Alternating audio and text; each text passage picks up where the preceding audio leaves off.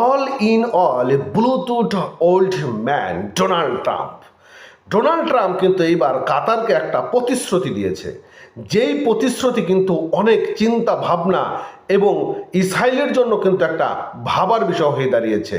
আর কাতারকে একটি বড় নিরাপদ রাষ্ট্রেও কিন্তু পরিণত হতে পারে।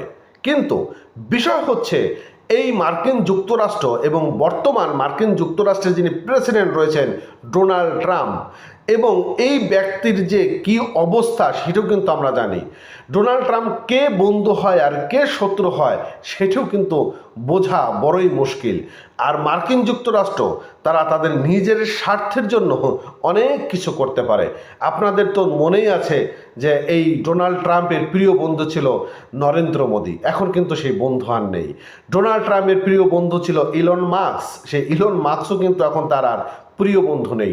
আর কাতার তো দূরের কথা। তবে কাতারকে যে প্রতিশ্রুতিটা দিয়েছেন, এই প্রতিশ্রুতি কিন্তু ইসরায়েলের জন্য একটা বড় ভাবার বিষয় হয়ে দাঁড়াচ্ছে। কেননা ডোনাল্ড ট্রাম্প কাতারকে প্রতিশ্রুতি দিয়েছে এই যে বলেছে যে কাতারকে কেউ যদি আক্রমণ করে সেটি হবে মার্কিন যুক্তরাষ্ট্রের আক্রমণ হিসেবে বিবেচনায়।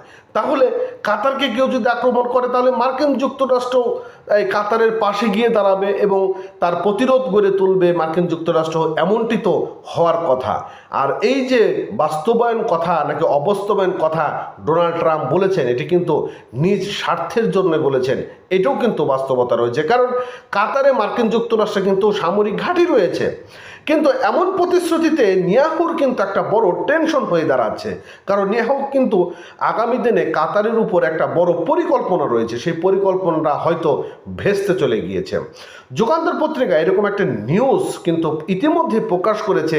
শুধু যুগান্তর নয়, বিভিন্ন নিউজ পোর্টালগুলো, ইন্টারন্যাশনাল ন্যাশনাল নিউজ পোর্টালগুলো কিন্তু একটা বড় বড় হেডলাইন তৈরি করেছে যে কাতারের পাশে ডোনাল্ড ট্রাম্প।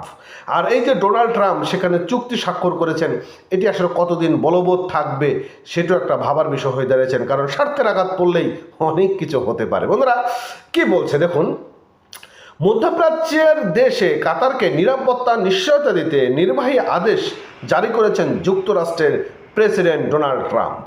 এবং গত মাসের দোহায় ইসরায়েলের নজিরবিহীন হামলার পর এমন নির্বাহী আদেশ আসেন এবং নির্বাহী আদেশে ট্রাম্প প্রতিশ্রুতি দিয়েছেন কাতারের ভূখণ্ডে যদি আবার কেউ আক্রমণ করে তবে যুক্তরাষ্ট্র এটিকে নিজের উপর আক্রমণ হিসেবে বলে জবাব দেবে। তার মানে কাতারকে যেই হোক না কেন A to G, যদি কাতারকে কেউ যদি আক্রমণ করে তাহলে মার্কিন যুক্তরাষ্ট্র এর জবাব দেবে, এরকমও কিন্তু প্রতিশ্রুতি দিয়েছেন।